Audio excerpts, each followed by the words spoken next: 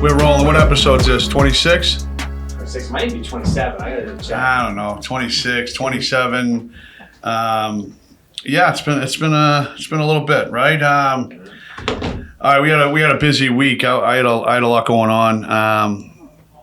So much going on. We got the Celtics. The Bruins got eliminated. Celtics are on right now. It's halftime, so he's trying to rush me out of here.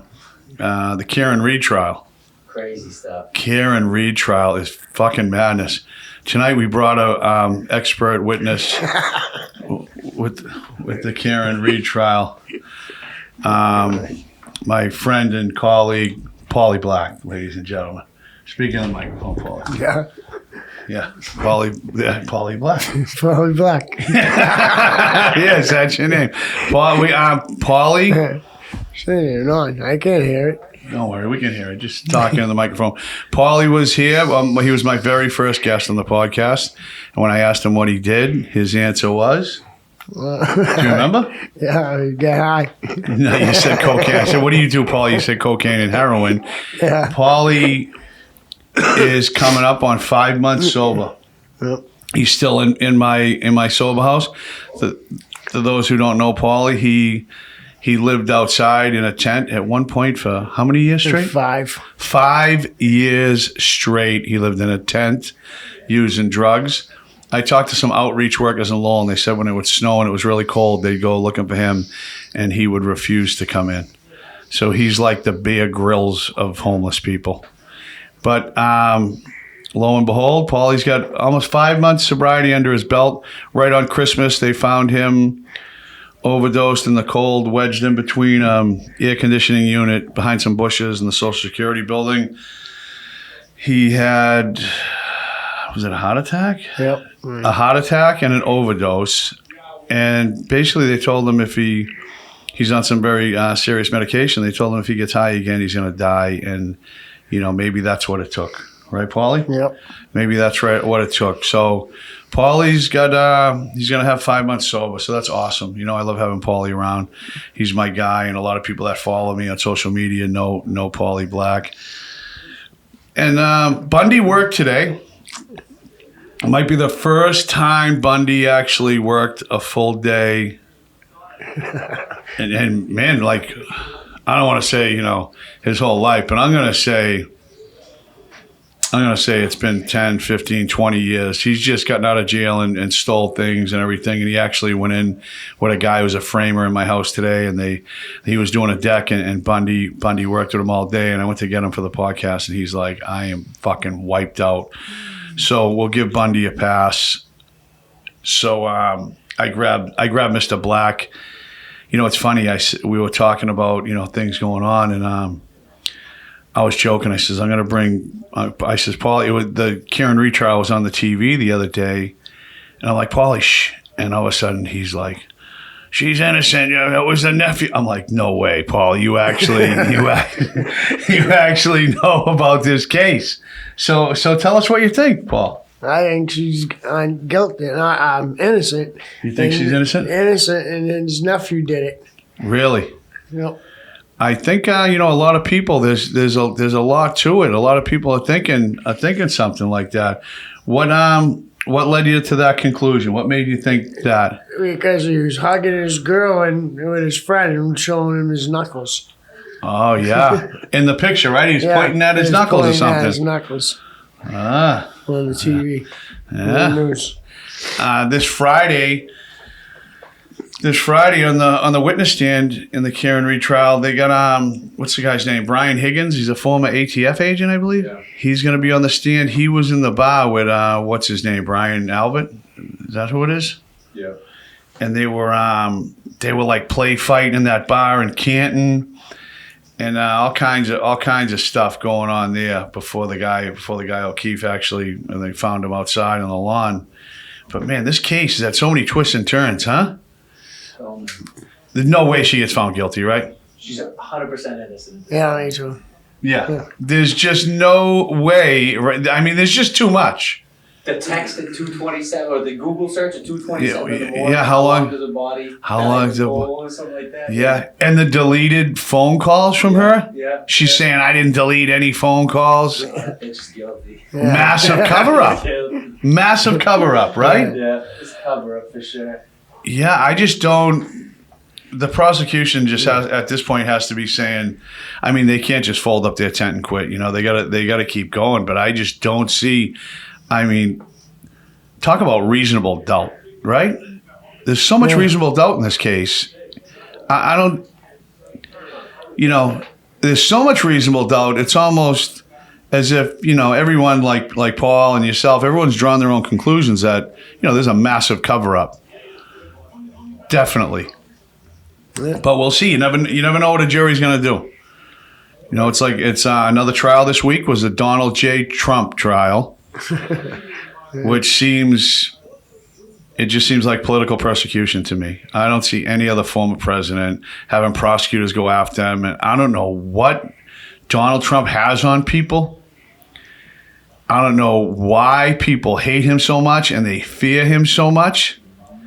But I'll tell you what, they're scared of this fucking guy. And the guy's got balls. He doesn't care. Tomorrow he's going down to the Bronx, going down to the South Bronx. And wherever this guy goes, there's 100,000, 200,000 people. It's amazing. This guy, what do you call it? Joe Biden was in New Hampshire the other night, and granted it. Yeah, did you see the crowd? Oh yeah. I mean, I could draw. People, yeah. I believe I could draw a bigger crowd. Yeah. And then they tried to cover it up and say, "Oh, it was invitation only." Like, who's he inviting? You know? Bullshit. Yeah, bullshit. I don't know. But so many people hate Trump. I don't know. You know, God forbid you say anything about, oh, something was funny with that election. Oh, you're a crazy person. But you see Trump go somewhere, there's 8 gazillion people. This guy shows up. Zilch. Right? So the jury's out on that, I believe. The trial wrapped up yesterday. They got to be in deliberations. The judge gave him a week off. Oh, that's what it is. That's why I haven't heard anything about that. The judge gave him a week off. Yeah.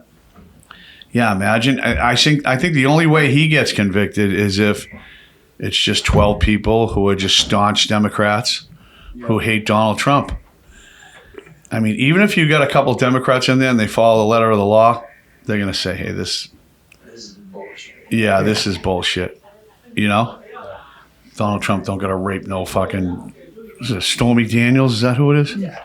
Like, what's your real name? Stormy. It's like me taking the stand as Beanshooter Lee. You know what I mean? The fuck, Stormy. So, yeah, we got the Karen Reed, we got the Stormy Daniels, we got Donald Trump, we got a lot going on. We got the Boston Celtics who got to win tonight. We just have to. We got to take control. The Dallas Mavericks last night upset Minnesota. Huh? Looked like Minnesota had that game in the bag. Yeah. Then they just started splashing threes. They were making it rain, huh, Paulie? Yeah. Yeah, they were. So Dallas up 1-0. First game was in Minnesota. Celtics stole the first game. I mean, talk about lucky. Talk about a major blunder by the Indiana Pacers coach, no? Yep. I mean, a few of them. But, you know, you got to foul. You got to foul immediately. You can't let Jaylen Brown take that shot to tie it. That was... I couldn't believe it. I couldn't believe they come back and won that game. To anybody who was at that game in the Boston Garden, that's awesome. When you see a game like that in person, you know, there's no feeling like it. Like, you know, my father would always say I'd go to Super Bowls or this or that, been a World Series. And he'd say, oh, I'd rather watch it. And no, you wouldn't. When you're there, you know, in that crowd, it's fucking electric. You know, there's nothing better. Right? I took Paulie, remember Paulie? Yeah. Took Paulie to his first Red Sox game. It was the 1-game wild card against the Yankees. Yep. And my good friend Sean Cody, great ticket scalper, right up there with Tweety. I always say Sean's the best, and I had some people say, well, what about Tweet? I said, all right, okay. Jason Coughlin out of South Boston, right up there. Sean Cody's got him in years, though. He's got a little seniority. But Sean Cody gave me 2 front row monster seats for Paulie Black's first Red Sox game, and it was Red Sox Yankees. 1 game, wild card playoff game, which was fucking awesome. We rocked them. And then I parked right out in front of Fenway Park because I was late. So after the game, lo and behold, my truck was not where I left it.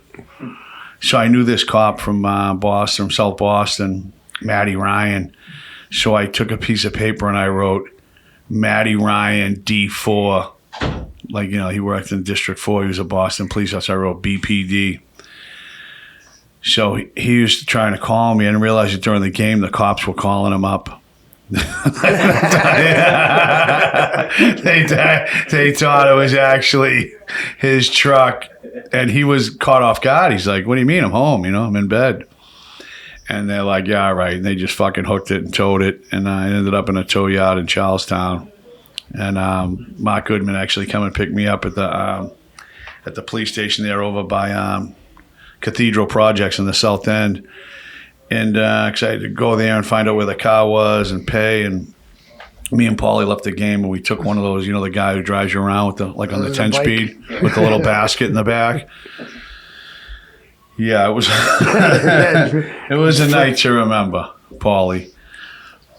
Also, I had quite an eventful week this week. Did you hear what happened to me, Justin? No, what happened? Well, someone tried to burn down my house. Oh, Jesus. An arsonist. Oh. Yep. Do we know who? Yes. All right. Paulie Black's an arsonist, if you didn't know that, right? Yeah. Yeah. Paulie's burned down a house, right? Yep. What else have you burned down? Bridges. Bridges. Burned down the School Street Bridge in Lowell. The whole thing, it was an old wooden bridge. Thing collapsed. He shut down like half the city. How old were you then? 15 and a half. 15 and a half. Not just 15. Paulie's throwing the old 50. How old were you when you burned down the house on Bowers? I was 17. 17. And how much time did you get for that one? A lot. A lot. Okay, well, back. This was an old friend of Paulie's back in Paulie's Firebug days. Yeah. So we'll start off with well, I'll say I can't really say he definitely wasn't one who tried to set my house on fire, but it's like an inference case. You know what an inference case is? Uh-huh. Do you know what an inference case is, Justin? So that's a legal term, an inference case. An inference case is, let's say somebody smashes the door to the sub shop, Pizza Maria. Those guys always take care of me. Pizza Maria in Braintree, Washington Street. Let's say somebody smashes the door to the pizza shop downstairs with a golf club. Walks in, steals some stuff, leaves. The police pull up. Here's Justin walking across the parking lot holding a golf club with a sandwich in his hand. Now, you didn't catch him in the sub shop, but one could infer, Justin, one could infer that you were the one who smashed that door in and stole that steak and cheese sandwich. So that's what an inference case is. So we'll get back to Ronnie and the inference case afterwards, but I'm going to tell you how I met Ronald Maguan. Remember my guest on here, Darren Brown, D Black? Yeah. D Black's part of this story, and I called him today. We were laughing. The story's so crazy, people will just be like, "No way!" But yeah, it happened. 1987, Billerica House of Correction. I'm 17. This kid comes in, I think 88. He's 17, 18. Sorry about that with the pen. He comes in, and he's a complete idiot. And jail was really crazy back then. I mean, Billerica House of Correction behind the wall was a fucking zoo. Cops didn't get on the tears, bombs going off, drugs. People would, back then you could smoke and people would make these homemade bombs. They'd use antennas or old batteries. They'd hollow them out and they would pack them with the sulfur match heads and cigarette ashes and pack it and pack it and pack it. And you could take an extension cord and cut the end so it's just the wires and put it in like the battery of this bomb and throw it out on the tier, and then you'd plug it in. And it would sound like a fucking stick of dynamite going off. You know what I mean? It would scare the fuck. There was just so much stuff going on. But this kid come in, Ronnie Maguan. And Darren Brown and Randy Brown, rest in peace, was a sick. I mean, you could say this is practical joking, but it was to us. So he asked the kid Ronnie Maguan if he wants a sandwich. Ronnie Maguan says yes.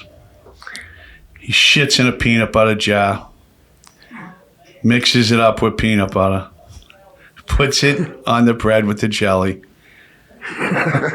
The old shit sandwich gag. You know, a timeless classic. The oldest one in the book, the old shit sandwich. So he sends it down, the kid starts eating it. He literally eats half the sandwich. Throws away, he gets sick afterwards. That was my introduction to Ronald Maguan. 6 months after this happened, he's in CWP, which is the county work program, and you see the guys on the side of the highway picking up trash with the stick and pick, they call it. Randy Brown, once again, tells this kid they're cooking up a plan to escape. So he's drawing up a map and the whole fucking nine, right? He says, Monday morning, I have this girl. She's going to pick us up. There was like this field, like near a highway, stick and pick. And he goes, she's going to pick us up, on the other side. So they get the kid all riled up. Randy Brown, Darren was there. I think it was Darren. So he's like, all right, you ready? Yeah, she's over there. I can see her, blah, blah, blah. He's like, on the count of three. So the cop sits down and like eat lunch. He's like, on the count of three, go. 1, 2, 3. So they go like this, two of them. And this kid, Maguan, takes off, like he's shot out of a cannon. The cop starts screaming. The cop chasing him. The cop falls when he's chasing him, stepped in like a hole or something and went down and smashed his head on a rock. The cop hurt himself, like staples in his head or something. The kid keeps running. He runs into the woods. There's no car there. They surround the woods. They arrest the kid for escape. They gave him like a 6 to 10. Yeah. Remember? They gave him like a 6 to 10. He had like 30 days left on his sentence. The kid was just like complete crash dummy. So 2 years ago, I get a call from a guy, Lawrence Tracy, sorry. They call him LT, so I just automatically thought Lawrence Taylor. So they call him LT. He works with reintegration. He works with the state prisons. When I go up there and speak, he calls me up. And he said, hey, Mike, I got a guy who's just finishing 8 years. He needs a sober house. So I said, oh, is he all right? Yeah, he's all right. I go, what's his name? He says, Ronald Maguan. So I immediately just start shaking my head. I go, oh, yeah, I'll take him. So I hang up the phone. I call Darren Brown. And Darren Brown's like, I had to do my Christian duty and feed him. So it was so long ago. Like I said, 87. What's that? Fucking 38 years ago. 37. It's a fucking long, people, probably 80% of the people watching this podcast weren't around in 1987. So I said, sure, I'll take him. So he comes to my house. Hey, yeah, I remember you. I'm not, obviously not going to say, hey, remember when you ate the shit sandwich? So he comes in the house. He's actually in one of a video of mine that went crazy. That wasn't the one that ended up on the show, but it was the one where Frankie's there and Bundy and he's on the couch. I'm like, oh, how much time you got? And Frankie's like, oh, 27 years. And then that kid's like, oh, like 25. And Bundy goes, oh, the same. I'm like, oh, we got like 75 years and I got 13 and da-da-da. So he's done that ruined his life, that escape. So he comes in the house and he's one of these scrappy guys. Scrappy do. You know what a scrapper is? Yeah, like a little... No. To fight? No. Like a legit scrapper. Like a metal scrapper? Exactly. Justin. Paulie's been known to scrap a little metal. Huh, Paulie? Yeah. Paulie, I can't say what he did in my neighborhood. I almost said it, but He's been in some buildings and relieved them of all their copper fixtures, amongst anything. At the end, he was taking the fucking paneling and the flooring and bringing it in the soul house. I'm like, all right, Paulie, enough's enough.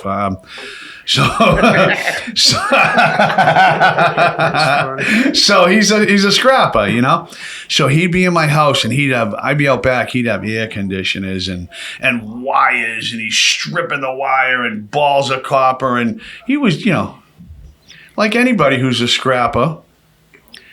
They're not the cleanest. You know, nothing against scrappers. It's like guys who do oil changes all day long. I'm not gonna shit on you, but you know, little fucking grease under the nails. You know what I mean? Wasn't the cleanest guy, Ronnie. So he's scrapping, and now my backyard looks like a goddamn junkyard. There's fucking air conditioning units, and fucking he's out there clanging away and banging on rims. So finally I says, hey, dude, you gotta clean this stuff up. So we get to a point. Hold on. Paulie, put that AC back on. Paulie, shut the fucking AC off. It's like a fucking goddamn oven in here. You know how to turn it on? Same when I shut it off. Oh, well, there you go. Yeah, no flies on you. Okay, where were we? So the backyard it's like a fucking junkyard, right? There's just metal, everything. So he pays the rent. This is over a year ago. He pays the rent, $800, $850, $750, whatever it was at the time for the month.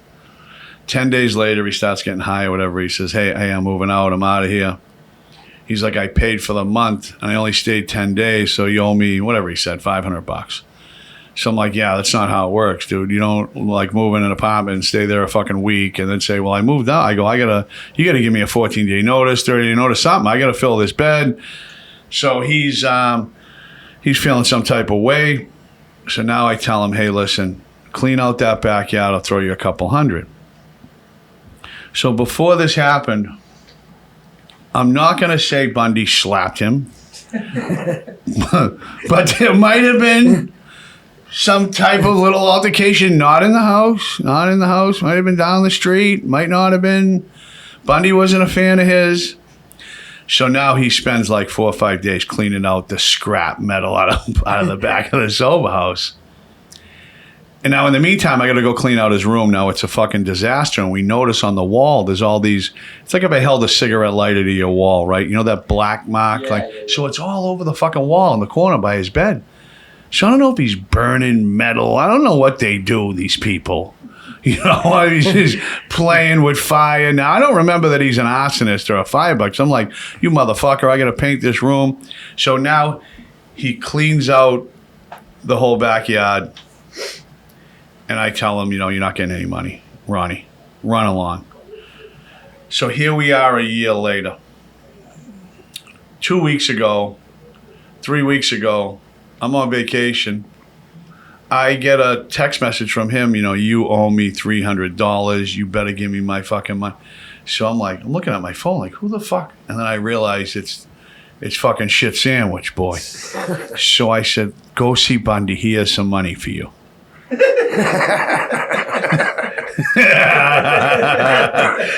Yeah, so he can't really read or write, I don't think. I think he had someone else's phone or something.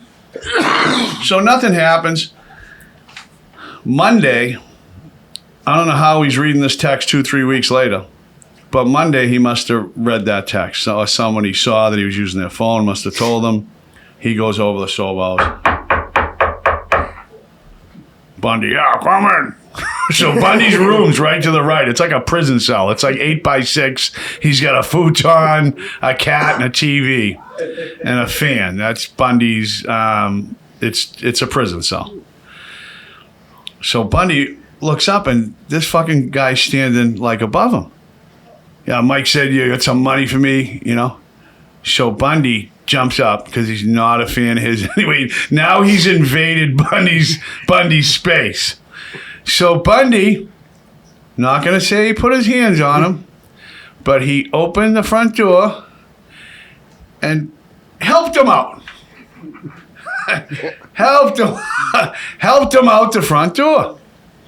So now this guy's down the end of the street screaming some stuff. I'll burn the fucking house down. Yeah, get out of here. So he's texting the other kid in the house, I got a can of gas, I'll burn your house. Now I'm not thinking nothing of it. I'm like, yeah. Now I'm not realizing Paulie Black hasn't told me yet. He's like, yeah, he's my co-defendant in the case. He burned this down and that down. He goes, I was telling these guys, he'll come set the trash barrel on fire or something like, these. Something stupid. Yeah, something real stupid. So these, they're a different breed, Justin. You get a beef with an arsonist. You know what I mean? Yeah, it's not. So his other buddy, him and Paulie and Rusty Regan, they all used to hang out together. Yeah. Rusty. So Rusty burned down the bridge with Paulie, and then Rusty, he played a little game with some Cambodian family in Lowell. He blocked all the doors to the house with mattresses, poured gas all around, set it on fire, and how many people died in that fire? A lot. I forget how many. There was a bunch of them. Yeah, 4 or 5 people burned to death. Rusty, his other. So I'm like, oh my God, he was buddies with Rusty. And when Rusty got found guilty, he flipped the table over. You see it on those shows sometimes when people flip out in the courtroom. He's one of them mental cases. So, these arsonists, they're a dangerous bunch. They're a different breed. So now he's got my attention. Like he's sending texts, oh, bitch, have my money. Yeah. I mean, whatever. Nothing really gets me going much anymore. But so after he leaves, a couple people are smelling something burning, like plastic burning. And no one's putting it together. This was like 2 hours before where, Bundy helped him out the door and all that. He was yelling that stuff. So the kid Left Eye, Left Eye Lopez in my house? He's got one eye. We call him Left Eye Lopez. So Left Eye says, I'm coming up through the house yesterday. I come up through the back. There's a hole in the fence people cut through. He goes, and there was a guy back there, and he asked me to borrow $20 and said you were giving him money. He said he'd give me back 30. So now we go walking around the house, and on the corner of the back of the house, there's a chair set up right there, and the whole bottom of the vinyl siding is all melted and black with black soot going up. Like he was sitting there lighting the house on fire. And yeah. And Left Eye Lopez caught him in the act, I think, right? He must have come down. He probably saw him coming like, oh, you got 20 I can borrow? And then just like ski-daddled out of there. So we believe Left Eye caught him in the act. Wow. So now all bets are off now. Now you're trying to, hurt me and more, never mind me or my family. You're trying to hurt Bundy. I mean, you're trying to burn out Bundy. So Bundy's now, he's beside himself. So now it's fucking Tuesday morning. We're putting all this together. So now I'm finding out where this kid stays. It's like a subculture, these scrappers, They all, they stick together. One of them will have like this truck, like an old F-150 where it's like, the tailgate's bungeed shut. And there's all refrigerators in the back and air conditioners. You see them. You see these people. So now I got a line on him and then now I get a hold of like a brother-in-law. And the brother-in-law, likes me, and he does well for himself. And I get him on the phone. Someone gives him my number. He calls me. He says, "What's going on?" So now me and Bundy are actively hunting Ronnie Maguan. This is Tuesday, the next day. So I get a hold of his brother-in-law. I says, "Hey, is he living over on Methuen Street in Lowell in that house?" I already got a good idea he's there. I says, "Where the fuck is he?" He says, "Where is he?" Take a guess. Where is he? No. Jail. I'm like, motherfucker. He goes, he got arrested last night. He says breaking in a fucking pawn shop. Stealing stolen goods. I kind of like, you can't knock this, So he gets arrested. He goes, he's in Billerica House of Correction. So I'm like, fuck, they don't hold anyone anymore. They let everyone out on bail, this and that. So I call somebody I know who's a Lowell cop. I said, hey, I got to find something out about some guy. I'm looking for him. Someone said he got arrested. He goes, give me his name. Then he calls me back. He goes, holy fuck. this cop actually arrested him, Osborne, who fucking drew down on me before Osborne. Outside the Golden Gloves, twice I had a thing with Osborne. One time I was going to meet this girl. It was like 12 at night, and I'm walking. It's in the middle of the winter, and she worked in this like building, and there was a parking lot. There's like 3 cars in it. So I'm sitting on a bench, and I don't know this guy's following me. I'm waiting for her to get out of work at like midnight. So here she comes walking alone to her car. It's like pitch black out, and I'm creeping up on her just to scare the fuck out of her. She opens her driver's door, gets in. I grab the door. She's fucking scared to death. I go over the passenger side. I'm driving. They're watching me like a team of fucking detectives, 2 cars. They think they're witnessing a fucking carjacking. Yeah. They draw down, they gunpoint, rip me out of the car. Her, she's like, that's my boyfriend. So then another time Osborne drew out the old pistola on me right outside the Golden Gloves and pointed it right at me. Told me to put my hands up, and I refused. See, being white, you can refuse that stuff sometimes. They don't just kill you right away.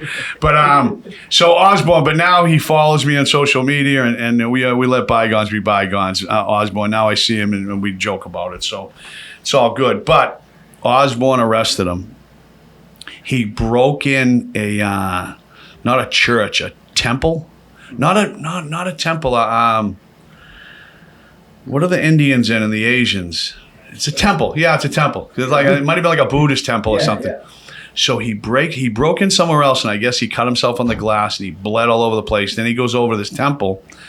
He uses a pry bar to pry open the door, and there's like a monk in there sleeping. So the monk's calling 911, panic, scared to fucking death. This nut's fucking rummaging through the place, fucking probably stealing the gold chalice or whatever. I don't know what they do in the fuck. And he gets arrested in the thing, and so I was upset. I mean, if he had a low bail, I was really gonna bail him out. So me and Bundy really, like, you know, you try to burn my house down, you fucking all bets. This is war, you know. I can't sleep with this guy prowling around the fucking streets. What's he gonna go to my house next? Right. So I called Billerick House of Correction yesterday, and I says, "Do you have a Ronald Maguan?" Hold on, they send me the records, bail. Yeah, we got him. I go, what's his bail? The guy says, $2,500.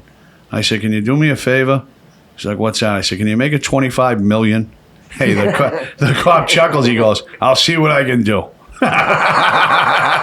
So I said, all right, I hang up. So now today, I call somebody else who's a guard in the Billerick House of Correction, and he's out right now, my guy Jeff, and I said, can you see where this guy is, this and that? And he made a phone call to somebody, might have been a white shirt deputy, and the deputy tells him what happened, and the deputy said, you mean he tried to burn out Mr. Bundles? They called me back. He goes, the guy knew right who you guys were. So, so this guy is such a piece of shit, this Ronnie, where his bail could literally be $150, and he'd stay there for 5 years. There's nobody going, you know, it's not like you get in trouble tonight, right? Yeah. Your bail's $50,000, your brother's out here, and your mom, and people are fucking passing the hat. Even me and Paulie Black are throwing in a fucking nickel each, you know? And you'll be out by sunrise, right? This kid would sit in there for eternity on like $100 bail. So I don't know. I think he's like, it's not the old days. It's not like a cop's going to go fuck with him. Like the cops, the cop was laughing. He goes, I feel like going and confronting him myself. He tried to burn out Mr. Bundles. But, someone like that, what happens with someone like that is he has no money. No one's sending him money. So everything to a scumbag like this is working for the cop, which I would never do, mopping the tier and cleaning up and getting a job, working in the kitchen. And, it's someone like that when, like, let's say, your family worked in there and I broke in your house, Justin, right? Your family are all guards in there. They just put you on a list, like, don't hire him. He's just on shitbag status. Yeah. Like, don't give him a job. He's not going to be the runner. He's not going to be working in the kitchen, eating from the office's mess hall, the OM, like, none of that. Like, you're on ass status, buddy. Not to mention, me and Bundy have a good name in there. So now you got the screws that are giving him no play. And if anyone else finds out, not that anyone's going to do my bidding for me or bang him out, but it could happen. But they're just, he's not going to get any play. He's on total ass status. So maybe if he gets hungry enough, he might go back to the old shit sandwich days, Justin. Yeah, the only option left. Back to the shit sandwich. So yeah, there was that when with Mr. Maguan. So I'm now. Let's see if we can get this. I'm trying to call this cop and see if he can find out what was in his backpack when he was arrested. Oh, someone. Oh, I can't say, right? Someone must have some money on their game. How's that? That's good, right? Like he said to me today, he goes, imagine you had to pull everywhere with guards and cops and cons, and it's all right. It's all right. So it was an eventful week. When someone tries to burn down your house, it tends to get your attention, Justin. I would imagine that. Yeah. I have see that I haven't said arm. That was like the first time. I'm really trying to tighten up. Paulie, stand up straight. Will you stop slouching? I am standing All right. straight. All right, Paulie. Tell us a little bit about yourself. Well, what do you want me to say? What am I doing? Yeah. I'm doing good. I go to AA every night. I go to a cafe every day. Recovery cafe in Lowell. Recovery cafe, yeah. Yeah. I stay there most of the day. And I just keep doing what I'm doing, keep going forward, not backwards. Trying to stay shining. Fucking ahead. right. I love it. Not back. Yeah, you're working with Hooch this week, maybe? Yeah, I'm working with Hooch maybe tomorrow. Awesome. Got the scooter up and running. It's funny. He was looking for a scooter, and when he got that stimulus money, he was living with me. We went to a place in Malden there near Town Line. It was like a little moped scooter place, and he bought this brand new scooter. How about he's buying a scooter? Someone's like, "Oh, this guy got a scooter," or that guy. He goes to buy the scooter. It's his fucking scooter that he bought 3 years ago. It came back to him like a boomerang. Same one? Same, yeah, not the same kind, the same exact one. Yeah, it came back to him.